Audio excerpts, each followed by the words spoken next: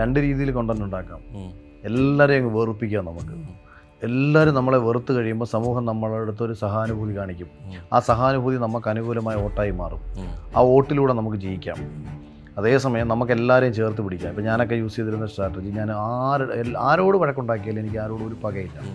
കുറഞ്ഞ പക്ഷം സമൂഹം എന്താണെന്നും കുടുംബം എന്താണെന്നും പൊതുബോധം എന്താണെന്നും അറിയാവുന്ന കുറച്ച് പേരകത്ത് കയറി ചെന്നിട്ട് ശരി തെറ്റുകളെ കുറിച്ചിട്ടുള്ളൊരു ശക്തമായ ചർച്ച അവിടെ നടത്തിപ്പിക്കാൻ കഴിഞ്ഞാൽ അതിന് ശേഷിയുള്ള ആരുണ്ടോ അവർ ബെസ്റ്റാണ്. അവർക്ക് അവിടെ അങ്ങോട്ടും ഇങ്ങോട്ടും തുണി കിട്ടിയില്ല, ഭക്ഷണം കിട്ടിയില്ല, ഞങ്ങൾക്ക് അങ്ങനെ കിട്ടിയില്ല, ഞങ്ങൾ കക്കൂസി കയറിയിട്ട് ഫ്ലഷ് അടിക്കാതെ തിരിച്ചു വന്നു, ഇങ്ങനെയുള്ള തീട്ടക്കേസും പറഞ്ഞ് അടിയുണ്ടാക്കിയിട്ട് സമൂഹത്തിന് ഇതൊന്നും ഒരു വിഷയമേ അല്ല. ഇതിനെ മാധവ് സുരേഷിനെ ഉള്ളു. അതൊരു പ്രശ്നമില്ല. അവന് വരുന്നിടത്ത് വെച്ച് കാണാൻ ഒരു ആറ്റിറ്റ്യൂഡ്. മാധവ് സുരേഷ് ബിഗ് ബോസിനെ പറ്റിയൊരു മെറ്റീരിയൽ എനിക്ക് തോന്നുന്നു. ഏത് രാഷ്ട്രീയക്കാരനെ ബിഗ് ബോസ് വിട്ടാലും അവൻ അയാളവിടെ സർവൈവ് ചെയ്യും. അതിപ്പോ ആരെ വിട്ടാലും അവർ സർവൈവ് ചെയ്യും. ഞാൻ പോലും ഒരു രാഷ്ട്രീയക്കാരൻ കൂടി ആയിരുന്നത് കൊണ്ടാണ് എനിക്ക് പറ്റിയത്. ഏറ്റവും വലിയ സിംഗിൾ പേയ്മെന്റ് EMI എത്രയായിരിക്കും? സിംഗിൾ പേയ്മെന്റ് EMI 55,000 രൂപ ആണ്. മൊത്തത്തിൽ അടയ്ക്കുന്ന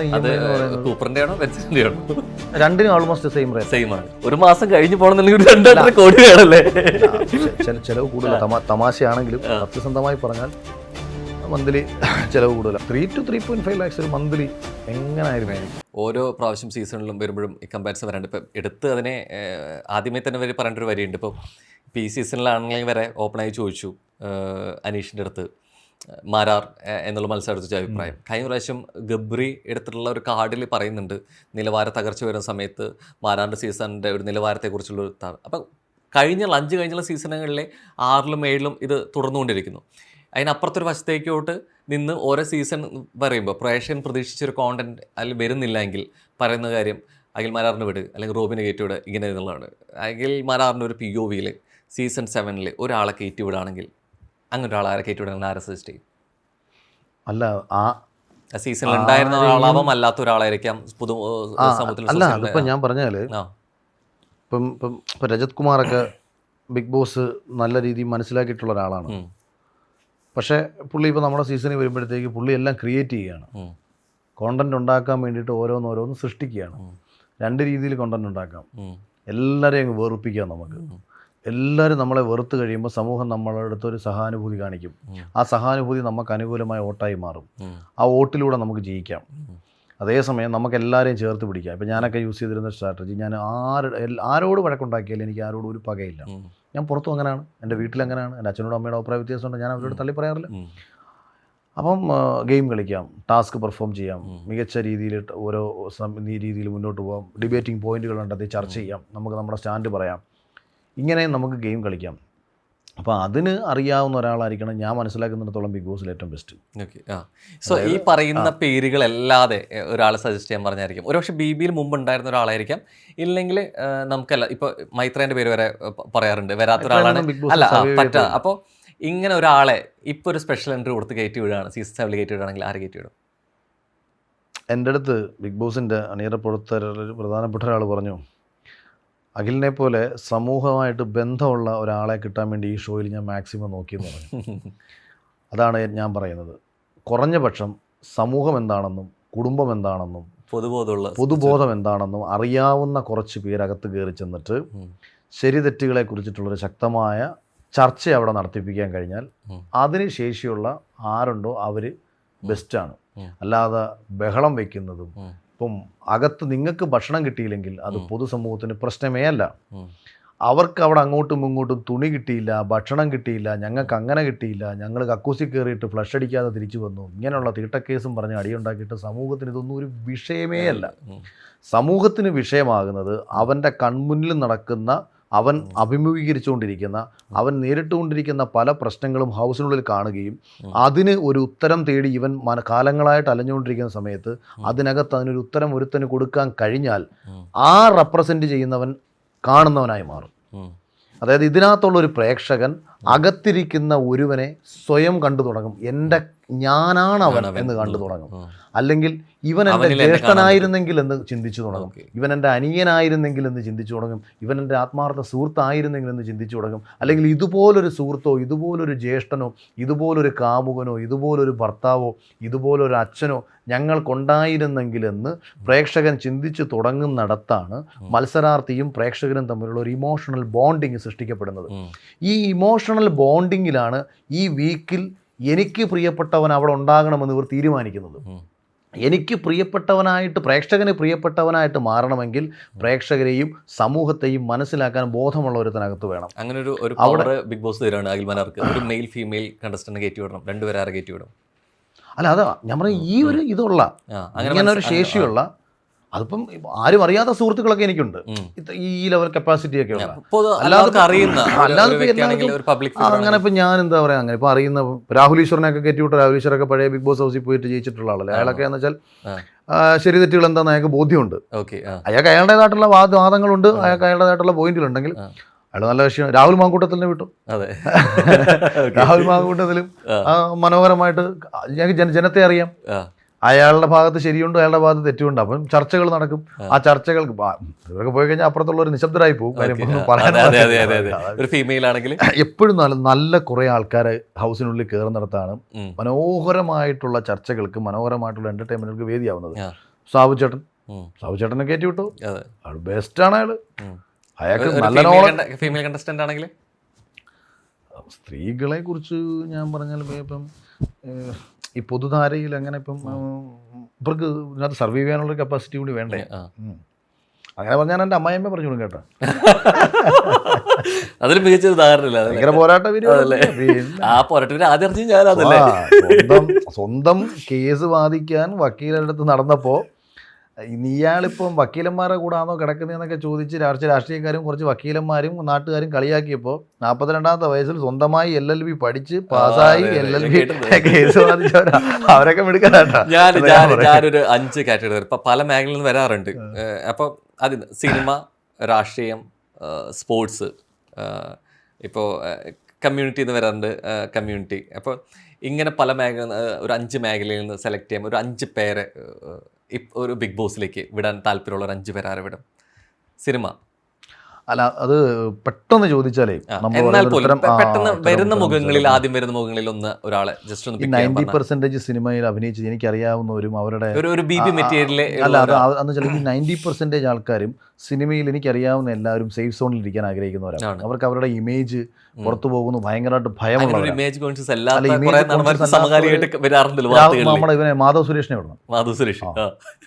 അവരൊരു പ്രശ്നമുള്ള കാര്യമല്ല, പ്രശ്നമില്ല. അവന് വരുന്നിടത്ത് വെച്ച് കാണാൻ ഒരു ആറ്റിറ്റ്യൂഡ്. മാധവ് സുരേഷ് ബിഗ് ബോസിനെ പറ്റിയൊരു മെറ്റീരിയൽ ആണെന്ന് എനിക്ക് തോന്നുന്നു. സിനിമയിൽ നിന്ന്, രാഷ്ട്രീയത്തിൽ നിന്ന് ഏത് രാഷ്ട്രീയക്കാരനെ ബിഗ് ബോസ് വിട്ടാലും അവനെ അയാളവിടെ സർവൈവ് ചെയ്യും. അതിപ്പോ ആരെ വിട്ടാലും അവർ സർവൈവ് ചെയ്യും.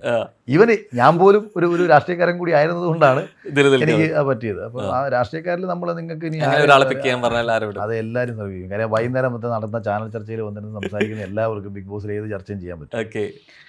ഒരു പേര് എടുക്കാൻ പറഞ്ഞാൽ അത് പറഞ്ഞാൽ എല്ലാവരും പറ്റും. ഒരു വിധപ്പെട്ട പേര് പറയുകയാണെങ്കിൽ രാഹുൽ യാമിനെ കുറിച്ച് അഗ്രസീവ് ആയിരുന്നു. ഇപ്പൊ ഇപ്പുറത്തുനിന്ന് ഇപ്പം ഇടതുപക്ഷത്തുനിന്ന് ആർഷോയ്ക്ക് പോവാം. ആർഷോ മനോഹരമായിട്ട് കൈകാര്യം ചെയ്തോളൂ അവിടെ. ഓക്കെ. സ്പോർട്സ് ആണെങ്കിൽ സ്പോർട്സിൽ ഇപ്പോൾ PR ശ്രീജേഷിൻ്റെ കാര്യം ഞാൻ പറഞ്ഞില്ലേ, പുള്ളി ഞാൻ മനസ്സിലാക്കുന്നിടത്തോളം തൻ്റെ അഭിപ്രായം കുറേയെങ്കിലും ഒക്കെ തുറന്നു പറഞ്ഞിട്ടുള്ള ഒരു ഹൈ ക്വാളിറ്റി ഉള്ളൊരു മനുഷ്യനാണ്. അദ്ദേഹത്തിന് പറ്റും. ബാക്കി അങ്ങനെ അധികം അങ്ങനെ തുറന്നു പറയുന്നവർ പൊതുവെ ശ്രീശാന്തിന് വരും. ശ്രീശാന്ത് ഓൾറെഡി പോയിട്ടുണ്ട്. അതെ, ശ്രീശാന്ത് ഓൾറെഡി ബിഗ് ബോസിൽ ഉണ്ടായിരുന്ന കണ്ടസ്റ്റന്റ് ആണെന്നുള്ളത്. ഇപ്പോൾ പല മേഖലയിൽ നിന്ന് വരാറുണ്ട്. ഇപ്പം സ്വയമേ തോന്നിയിട്ടുണ്ടോ ഇന്നൊരു മേഖല, ഇന്നൊരു വിഭാഗത്തെ പ്രതികരിച്ചിട്ട് ബിഗ് ബോസിൽ ആൾ വരണം? അത് എന്ത് മേഖലയായിരിക്കും? ഇതുവരെ വന്നിട്ടില്ല, അവരെ പരിഗണിച്ചിട്ടില്ല. അത് ഇപ്പൊ പല മേഖല പറയാറുണ്ട്, എങ്കിൽ പോലും ഇതുവരെ വരാത്ത അവരുടെ ഭാഗം കൂടി കേൾക്കണം, അവരുടെ ശബ്ദം കേൾക്കണം. അല്ല, അത് ആക്ച്വലി എല്ലാം ഉണ്ടെന്ന് കേട്ടോ. അങ്ങനെ ഒരു സംഭവം അങ്ങനെ ഇവർ ഒഴിവാക്കത്തില്ല. കാരണം ഇവർക്ക് ബിഗ് ബോസിന്റെ ഒരു ബുദ്ധിയാണത്. എല്ലാ ലെവൽ ഓഫ് ഓഡിയൻസിനെയും വേണം. അതുകൊണ്ട് എല്ലാവരും കാണണം. അതിനാണ് ഇവർ എല്ലാ മേഖലയിൽ നിന്നും മേഖല വരാത്തൊരു മേഖല എന്തായിരിക്കും?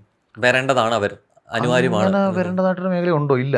ഇപ്പം പ്രത്യക്ഷത്തിൽ നോക്കുമ്പോൾ ഇപ്പം രാഷ്ട്രീയക്കാരൊന്നും ഇല്ലെന്നൊക്കെ പറയുന്നെങ്കിലും രാഷ്ട്രീയം എന്ന് പറയുന്നത് നമ്മൾ ചെയ്യുന്ന എല്ലാ ആക്ടിവിറ്റിയും നമ്മൾ രാഷ്ട്രീയമായിട്ട് കണ്ട് എനിക്ക് തോന്നുന്നു ബിഗ് ബോസ് പാറ്റേൺ ആണെങ്കിലും ആദ്യം വന്ന മലയാള ഹൗസിൽ സിന്ധു ജോയി ആണെന്ന് തോന്നുന്നു ഉണ്ടായിരുന്നുണ്ട്.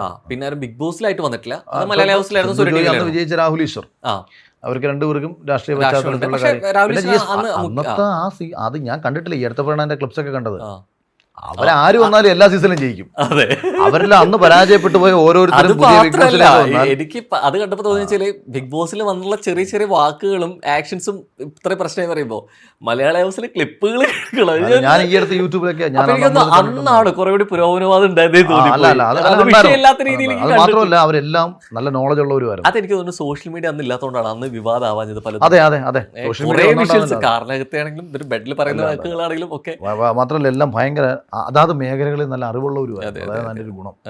ഇപ്പൊ അതില്ല എല്ലാവരും. പിന്നെ ഇവരിപ്പം ഭയങ്കര അറിവുള്ള ആൾക്കാരായിരുന്നു, ജീവിതം കണ്ടവരാണ്, സമൂഹം കണ്ടവരാണ്, അവരുടെ ചർച്ചകളായിരുന്നു. പിന്നെ അകത്ത് കയറി തൊഴുമ്പായുമ്പോഴാണ് ഇതെല്ലാം പ്രശ്നം വരുന്നത്. അതെ അതെ അങ്ങനെ. അപ്പം എന്തായാലും വന്നു, ഇനി നായക പരിവേഷം കൂടിയായി. ഇനി ഇങ്ങോട്ട് ഇനി അടുത്തൊരു ലേബൽ എന്തായിരിക്കും? ഇപ്പോൾ പറയാറുണ്ട്, ഞാൻ കൊച്ചിലെ തൊട്ടിട്ട് ഇതെൻ്റെ സ്വപ്നമൊന്നുമല്ല, ഇതിനപ്പുറത്തേക്ക് ആഗ്രഹങ്ങളാണ്. എനിക്കിത് കയ്യിലെടുക്കാൻ പറ്റും, അത് എന്തൊക്കെ വലിയ നൂലിൽ കെട്ടിയ പൊട്ടിപ്പോയ പൊട്ടാണെങ്കിലും കയ്യിൽ ഒതുക്കാനുള്ളൊരു ആർജവമുണ്ട്. അപ്പോൾ അത്തരത്തിൽ മനസ്സിൽ പോയ ചിത്രങ്ങളിൽ ഇനി നേടാനുള്ള ഒരു ചിത്രം ഏതാ? ഇതിങ്ങനെ റീലിംഗ് റോൾ ചെയ്ത് നേടാനുള്ളതല്ല. ഇപ്പം നമ്മൾ ഒരുവിധപ്പെട്ട എല്ലാ മേഖലയിലും അതുകൊണ്ടാണ് ഞാൻ ഈ മേഖലയിൽ നമ്മൾ മുന്നോട്ട് പോകണമെങ്കിൽ കൂടുതലും പഠിക്കണം. അങ്ങനെ പഠിച്ച് നമ്മളെ കൂടുതൽ, അതായത് ഒരു തേക്കിൻ്റെ തടി കാതലുണ്ടെങ്കിൽ ആ കാതൽ, അതായത് ഇപ്പം കുറേ വെള്ളയായിരിക്കും, കാതലായി മാറുമ്പോഴേ ആ തടിക്ക് നിലനിൽപ്പുണ്ടാകുന്നുള്ളൂ, അല്ലെങ്കിൽ അത് ഉളുത്തു പോകും. അപ്പോൾ അതിനെ കാതലാക്കി എടുക്കുക. നമ്മളിലൊരു കാതലുണ്ടെങ്കിൽ ആ കൂടുതൽ ആ കാതലിൻ്റെ വലിപ്പം കൂട്ടുക. അപ്പോൾ അതിന് വേണ്ടിയിട്ട് നമ്മൾ എന്തൊക്കെ മുന്നോട്ട് പോകാൻ ചെയ്യാൻ പറ്റുമോ അതോടൊപ്പം തന്നെ ഞാൻ ആക്ച്വലി ഭയങ്കര ഹാപ്പി ആയിട്ട് പോകുന്ന ഒരാളാണ് ഞാൻ. നമ്മൾ വളരുന്നതനുസരിച്ച് നമുക്ക് പ്രഷർ കൂടും. അത് നിലനിർത്താൻ വേണ്ടി നമ്മൾ ഭയങ്കരമായിട്ട് സ്ട്രഗിൾ ചെയ്യും.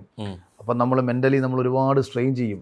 ഫാമിലിയെ വിട്ട് ഒരുപാട് മാറി നിൽക്കേണ്ടി വരും. എനിക്ക് യഥാർത്ഥത്തിൽ സിനിമയൊക്കെ ഞാൻ വേണ്ടെന്ന് വയ്ക്കുന്നത് എനിക്ക് ഫാമിലിയൊന്നും വിട്ട് മാറി നിൽക്കാൻ താല്പര്യമില്ലാത്തതുകൊണ്ടാണ്. ഞാൻ എന്നിട്ട് ഇന്നലെ വണ്ടി ഓടിച്ച് വന്നപ്പം ലക്ഷ്മിയോടും പറഞ്ഞു, ഒരു 3-4 മാസക്കാലം ചിലപ്പോൾ ഞാൻ ഇനിയിപ്പം വല്ല സിനിമയൊക്കെ കഥയൊക്കെ എഴുതാൻ വേണ്ടി എവിടെയും പോകും. പണ്ട് നിങ്ങളെയൊക്കെ ഉപേക്ഷിച്ച് എല്ലാവരെയും ഉപേക്ഷിച്ച് നാട് വിട്ട് പോയതിൻ്റെ ഫലമാണ് അന്നൊരു സിനിമ എടുത്തത്. ഇന്ന് ഞാൻ ഏറ്റവും കൂടുതൽ എൻജോയ് ചെയ്യുന്നത് വീട്ടുകാർക്കൊപ്പമുള്ള നിമിഷങ്ങളാണ്, എനിക്ക് വേണ്ടപ്പെട്ടവർക്കൊപ്പമുള്ള നിമിഷങ്ങളാണ്. അപ്പോൾ അത് ഞാൻ ഉപേക്ഷിക്കുമ്പം സമൂഹത്തിന് തോന്നും ഞാൻ കുറച്ചുകൂടെ അടുത്ത കാര്യങ്ങൾ ചെയ്യുന്നു. പക്ഷേ ഇപ്പുറത്ത് ഞാൻ അത് അത്ര സാറ്റിസ്ഫൈഡ് ആണോ എന്ന് ചോദിച്ചാൽ അല്ല. ഈ CC അടയ്ക്കാൻ പറ്റാതെ കേവലം ഒരു 2222 രൂപ ഒരു 8 മാസം അടയ്ക്കാൻ പറ്റാതെ പോയിരുന്ന ഒരു അഖിൽമാരാറിൽ നിന്ന് ഇന്ന് അഖിൽമാരാർ അടയ്ക്കുന്ന ഒരു ഏറ്റവും വലിയ സിംഗിൾ പേയ്മെൻറ്റ് EMI എത്രയായിരിക്കും? സിംഗിൾ പേയ്മെൻറ്റ് EMI 55,000 രൂപ ആണ്. മൊത്തത്തിൽ അടയ്ക്കുന്ന EMI എന്ന് പറയുന്നത് കൂപ്പറിൻ്റെ ആണോ ബെൻസിൻ്റെ ആണോ? രണ്ടിനും ഓൾമോസ്റ്റ് സെയിം റേറ്റ്, സെയിം ആണ്. 53 ഒന്നിന് 55 ഉണ്ട്.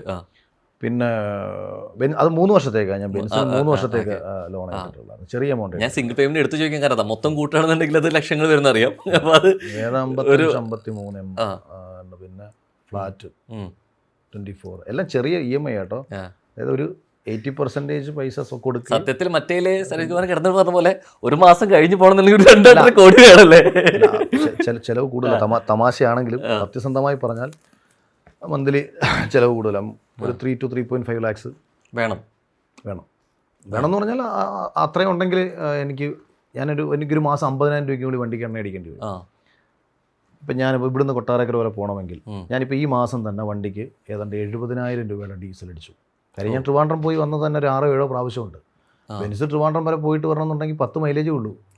ഇതേ വണ്ടി കൊച്ചിയിൽ ഓടിക്കഴിഞ്ഞാൽ 7-8 മൈലേജേ കിട്ടും ട്രാഫിക്കിൽ. ഞാൻ കണ്ണൂർ, കാലിക്കട്ട്, പിന്നെ ഇതൊക്കെ പ്രോഗ്രാമും കൂടി ഉണ്ടോ, എനിക്ക് അതനുസരിച്ച് ഇൻകം ഉണ്ട്. ഞാൻ പറഞ്ഞത് അതൊക്കെ അത്രയും വരും. പിന്നെ വീട്ടുചെലവ്, കുട്ടികളുടെ പഠിത്തം, അച്ഛൻ്റെ അമ്മയുടെ മരുന്ന്, അവർക്ക് അല്ലാതെ കൊടുക്കുന്ന പൈസ, ചിട്ടി, പിന്നെ ഈ പറഞ്ഞ കണക്ക് ഫ്ലാറ്റിൻ്റെ ലോണ്, BMW ബൈക്കിൻ്റെ ലോണ്, ബെൻസിൻ്റെ ലോണ്, ഈ കൂപ്പർ ഉൾപ്പെടെയുള്ള കാര്യങ്ങൾ. അതിങ്ങനെ മിനിമം ഒരു 3-4 ലക്ഷം വേണം മാസം. പിന്നെ 3 to 3.5 lakhs ഒരു മന്ത്ലി എങ്ങനായിരുന്നു. ഇത് ഈ ഭയങ്കര ബാധ്യത പേടി വരുന്നുണ്ടോ? മീൻ ഇപ്പൊ പെരുമാറ്റത്തിന് എല്ലാ മേഖലകളും ഉണ്ട്. സിനിമയാണെന്നുണ്ടെങ്കിലും അല്ലെങ്കിൽ തിരും കേട്ടോ. ചോദിക്കുന്നതാ കഴിഞ്ഞിട്ട് പെട്ടെന്ന് ഇത് ഇല്ലാത്തൊരു സമയത്ത് ഞാൻ ഇത് മെയിൻറ്റെയിൻ ചെയ്ത് പോകണം. ഞാൻ പറഞ്ഞത് ഒന്ന് എല്ലാം 20% ഉള്ളൂ ലോൺ എന്ന് പറയുന്നത്. ഓക്കെ. ഇപ്പം ബെൻസ് ഞാൻ എടുത്ത പ്രൈസിൻ്റെ 20% ഇല്ലെന്ന് തോന്നുന്നു. ഉം.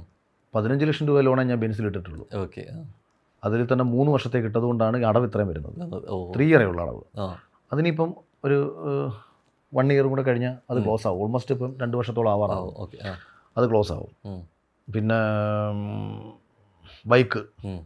അത് ചെറിയ അടവാണ്. ഉം. അത് ചെറിയ ലോണേ ഉള്ളൂ. അതിനും 8 ലക്ഷം രൂപയുടെ ലോണേ അതിനുള്ളൂ. ഓക്കെ. ആ അതിൻ്റെ വില ബൈക്കിന്റെയാണ് കേട്ടോ പറയണത്. 8 ലക്ഷം രൂപ ബാക്കി ലോണുള്ളത് അല്ല, സിമ്പിളായിട്ട് പറയുന്നത്. ഇത് ഞാൻ പറഞ്ഞത് എന്താണെന്ന് ആക്ച്വലി നമ്മളിത് പറയുമ്പം ഒരു സാധാരണ ഒരാൾ ചിലപ്പം നമ്മളെ അടി വന്നിട്ട് 4 കമൻറ്റും ഒക്കെ പറഞ്ഞ് നമ്മളെ പരിഹസിച്ചേക്കാം, എന്തെങ്കിലുമൊക്കെ പറഞ്ഞ്.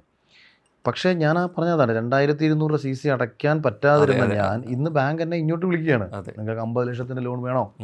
ഞാൻ പറയും എനിക്ക് വേണ്ട ഇയാളെ ലോൺ, എനിക്ക് വേണ്ട എന്ന് പറയും. ഒരിക്കലും ഏതോ ഒരു ബാങ്ക് മാനേജർ ഇതണക്ക് എന്നെ കാണാൻ വേണ്ടിയിട്ട് ഇങ്ങനെ വന്ന്, അപ്പം പുള്ളി ട്രാഫിക് ഡിലേ ആയി. ഞാൻ 11 മണിക്ക് വരണേന്ന് പറഞ്ഞിട്ട് ഞാൻ സലൂണിൽ വെയിറ്റ് ചെയ്യാം. പുള്ളി 11:15 വന്നത്. ഞാൻ ഇറങ്ങിപ്പോകാൻ തുടങ്ങി. ഞാൻ പറഞ്ഞു ഇനി ഞാൻ ഇരിക്കുന്നത് ഞാൻ പോകാമെന്ന് പറഞ്ഞു. അപ്പം പുള്ളി സാറേ അവിടെ എത്തി, ഇപ്പോൾ 2 മിനിറ്റ് 1 മിനിറ്റ് എന്നൊക്കെ പറഞ്ഞ് എത്തി. ഞാൻ പുള്ളിയോട് പറഞ്ഞു, ഒരുപാട് കാലം പല ബാങ്കുകാരുടെയും പുറകെ കാല് പിടിച്ച് ഞാൻ നടന്നിട്ടുണ്ട്.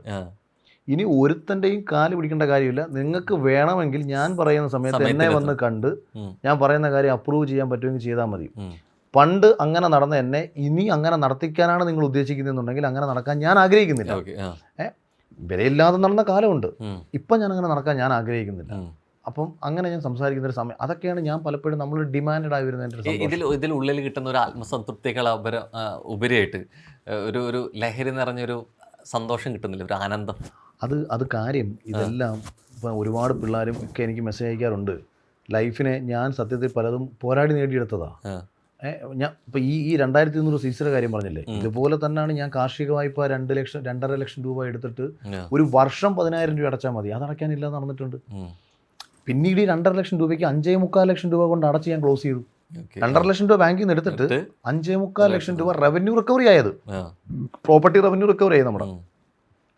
അത് ഞാൻ കൊണ്ട് ക്ലോസ് ചെയ്തപ്പം ഈ അവരുടെ അവർ അതായത് നിയമത്തിന് അവർ മറ്റേ കേസ് കൊടുക്കുമല്ലോ, ആ കേസിൻ്റെ ചാർജ് ഉൾപ്പെടെ 22,000 രൂപ ഞാൻ അഡീഷണൽ കൊടുത്തു.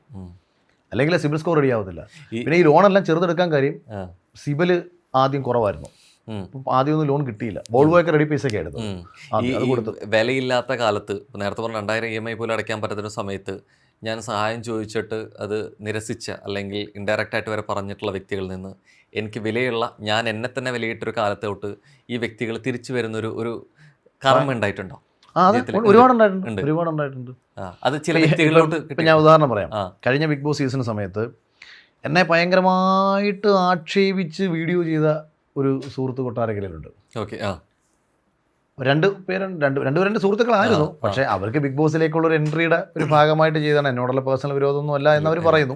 നിലനിൽപ്പിന് ആവശ്യത്തിനും അതേ ഒരാൾ കുറേ നാളുകൾക്ക് ശേഷം അയാളുടെ കുട്ടിക്ക് സുഖമില്ലാതെ എന്നെ വിളിച്ചു. കുട്ടിയുടെ ഫോട്ടോയൊക്കെ അയച്ചു തന്നു. ഒരു 25,000 രൂപ കടം ചോദിച്ചുകൊണ്ട് വിളിച്ചതാണ്. ഞാൻ പറഞ്ഞു കടം ഞാൻ തരത്തില്ല, കടം തന്നാൽ ഒരു പ്രശ്നം ഞാൻ തിരിച്ച് പ്രതീക്ഷിക്കും, ഇത് നിങ്ങളാരും ചിലപ്പോൾ തരത്തില്ല, അപ്പോൾ വെറുതെ ഒരു ശത്രുത വെറുതെ ഉണ്ടാവും.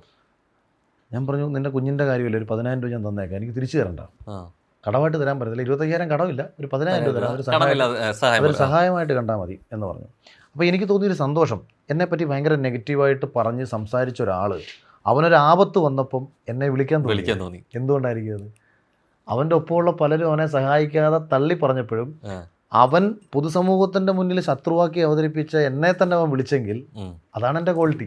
അതെ, ഞാൻ സഹായിക്കുമെന്നുള്ള പ്രതീക്ഷയിലാണ് അവൻ വിളിക്കുന്നത്. എനിക്കറിയാം എൻ്റെ സുഹൃത്താണ്, എൻ്റെ കൂടെ എല്ലാവരും വിളിക്കാനും നിൽക്കേണ്ട. ഈ സഹായം ചോദിച്ചിട്ട് വിളിക്കുന്ന സമയത്ത് നമ്മുടെ ഉള്ളിലെ പക സ്വീറ്റ് റിവെഞ്ച് ആയിട്ട് മോശം അല്ല. ഞാൻ ചോദിക്കട്ടെ, അങ്ങനെ ഒരു വിഷമം വാക്കാൽ പ്രവർത്തിക്കുകയോ സഹായിക്കാതിരിക്കുകയോ ചെയ്യുന്നേക്കാൾ പെയിൻ ഉണ്ടാക്കുന്ന ഒരു പക്ഷേ ഈ സഹായിക്കുന്നതായിരിക്കും മനസ്സിൽ കിടക്കുന്നില്ല. അതാ പറഞ്ഞ അത് ആൾക്കുള്ളില് ഇത് കിടപ്പുണ്ട്. മാരാറിനെതിരെ ഞാൻ സംസാരിച്ച മാരാർക്ക് അറിയും എന്നുള്ള ബോധ്യം ആൾക്കുണ്ടെങ്കിൽ അപ്പൊ ഇങ്ങനെ സഹായിച്ചതാണ് ആൾക്ക് കിട്ടാൻ പോകുന്ന ഏറ്റവും വലിയ പെയിൻ ആക്ച്വലി അല്ലേ. പെയിൻ അവന് ചിലപ്പോൾ മേ ബി അത് 2 രീതി അനുഭവപ്പെട്ടേക്കാം. പക്ഷെ എൻ്റെ ഒരു സന്തോഷം അവൻ എന്നെ വിളിക്കാൻ തോന്നിയല്ലോ എന്നുള്ളതാണ് എൻ്റെ സന്തോഷം. പിന്നെ യൂസ് ചെയ്യാൻ വേണ്ടി വിളിച്ചാൽ ഞാൻ നല്ല പാട്ട് ഞാൻ വെച്ച് കൊടുക്കും. ചിലരൊക്കെ ഞാൻ സഹായിച്ചിട്ടുണ്ട്. പിന്നെ ചിലർക്ക് അവർക്ക് അത് 7 വരാവും. ഞാൻ പറയും ജോലിയുണ്ട്, ജോലി ചെയ്ത് ജീവിക്കണം, ആരോഗ്യമുള്ള ഒരാളെ ഞാൻ സഹായിക്കത്തില്ല. അല്ലെങ്കിൽ അത്രയും സാഹചര്യമായിരിക്കണം. ആരോഗ്യമുള്ള ഒരാൾക്ക് അയാൾക്ക് ചെയ്യാൻ പറ്റാത്തൊരു സാഹചര്യത്തിൽ വിളിച്ചാൽ ഓക്കെ, ഇവിടെ എണീച്ചടക്കാൻ വയ്യാത്തവർ, ഒരു രീതിയിലും ജീവിതം മുന്നോട്ട് കൊണ്ടുപോകാൻ പറ്റാത്ത ശാരീരിക പ്രശ്നങ്ങൾ കാരണം അലയുന്ന നിരവധി മനുഷ്യരുണ്ടായിരുന്നല്ലോ. ഇതെല്ലാം എനിക്ക് പേഴ്സണലി അറിയാവുന്ന ഒരു കാര്യത്തെക്കുറിച്ച് മാത്രമാണ് ഞാൻ പറയുന്നത്. ഞാൻ ഈ പറയുന്നത് കേട്ടിട്ട് എനിക്ക് ഇൻസ്റ്റാഗ്രാമിൽ 100 ഇതില് അതിൽ മറ്റേ സിനിമയിൽ പറഞ്ഞില്ല, ഇപ്പൊ ടെക്നിക്ക് ഇവിടെ കിട്ടി കൊട്ടാരക്കാരുള്ള സുഹൃത്തുക്കളോടാണ് മാരാറിന്ന് പൈസ കിട്ടുന്നുണ്ടെങ്കിൽ പൈസ എന്നുള്ള രീതിയിലേക്ക് എന്താ പറയാ, വെറുതെ ചോദിക്കരുത്, കാട്ടമായിട്ട് ചോദിക്കുക, 4 ചീത്ത പറയാ. അല്ല, 6 മാസം കഴിഞ്ഞ് പല നമുക്ക് ഇന്നലകളിൽ ഞാൻ കണ്ടിട്ടുള്ള ആൾക്കാർ, ഇന്നലകളിൽ എനിക്കൊരു 500 രൂപയെങ്കിലും എടുത്ത് തന്നിട്ടുള്ള മനുഷ്യർ, അവരൊക്കെ അതിൻ്റെയൊക്കെ 10 ഇരട്ടി വെച്ചിട്ട് സഹായിച്ചിട്ടുണ്ട്. 500-ൻ്റെ അല്ല, പറയാം, ഉദാഹരണം പറയണം. അതാ ശരിക്കും ഈ സഹായിക്കാത്തവർക്കും വില കൽപ്പിക്കാത്തവർക്കും ഇത്തരത്തിൽ ഞാൻ മൈൻഡ് പോലും ചെയ്തില്ല. നമ്മളെ സഹകരിച്ചവരെ വേണ്ട വിധത്തിൽ കാണാറുണ്ട് അല്ലേ. അങ്ങനെ ഞാൻ അത് എല്ലാവർക്കും അറിയാം, എല്ലാവർക്കും നന്നായിട്ട് അറിയാവുന്ന ഒരു കാര്യമാണ്. എന്നെ ഒരു പേരിന്, അതായത് ഒരു ചെറിയൊരു സപ്പോർട്ട്, ഇപ്പം ഞാൻ പണ്ടൊരു തിരക്കഥ എഴുതിക്കൊണ്ട് നടന്നപ്പം പലരും കേൾക്കാതെ പുച്ഛിച്ച് തള്ളിക്കളഞ്ഞപ്പം വെറുതെ അതിൽ കേട്ടൊരുത്തിനെ ഞാൻ എൻ്റെ സിനിമയിൽ അഭിനയിപ്പിച്ചിട്ടുണ്ട്. ഓർത്ത് 10 വർഷങ്ങൾക്ക് ഇപ്പുറം അത് ഓർത്ത് അന്ന് ആ കഥ കേട്ട സ്നേഹത്തിൽ, കേൾക്കാൻ മനസ്സ് കാണിച്ച സ്നേഹത്തിൽ വിളിച്ചിട്ടുണ്ട്. ആദ്യമായി ഞാൻ സിനിമയിലേക്ക് പോകും, സിനിമയെ രക്ഷപ്പെടുമെന്ന് പ്രതീക്ഷിച്ച് എനിക്കൊരു റെസ്പെക്റ്റ് ഒക്കെ തന്ന് സാറേ എന്ന് വിളിച്ച് കൂടിയ ആൾക്കാരുണ്ട്. അന്ന് ഞാൻ ആരുമല്ല, എന്നെ പരിഹസിച്ചുകൊണ്ട് നടക്കുന്നിടയ്ക്ക് ഒരാൾ വന്നിട്ട് ഒരു അസിസ്റ്റന്റ് ഡയറക്ടർ എന്നുള്ള രീതിയിൽ റെസ്പെക്ട് തരികയാണ്. അയാൾ അറിഞ്ഞോ അറിയാതെ എന്നെ അങ്ങ് സാറേ എന്ന് വിളിച്ചേ. അപ്പം ഞാൻ വിചാരിച്ചെന്നാൽ ഇവൻ എന്തിനാണ് എന്നെ സാറേ എന്ന് വിളിച്ചത്, ഇനി ചിലപ്പോൾ എന്നെ സൂചിപ്പിക്കാനായിരിക്കാം, അല്ലെങ്കിൽ ഞാൻ ഭാവിയിൽ രക്ഷപ്പെടുമെന്നുള്ള അയാളെ പ്രതീക്ഷയായിരിക്കാം. രണ്ടായാലും അയാളുടെ ആഗ്രഹത്തിനാണെങ്കിൽ പോലും ഞാൻ രക്ഷപ്പെടുമെന്ന് അയാൾ വിശ്വസിക്കുന്നുണ്ടല്ലോ, അയാൾക്ക് എന്നിലൊരു വിശ്വാസമുണ്ടല്ലോ, അയാളെ ഞാൻ ഓർത്ത് വിളിച്ചിട്ടുണ്ട് സിനിമയിൽ ഒരു വേഷം കൊണ്ട് വരണമെന്ന് പറഞ്ഞിട്ട്.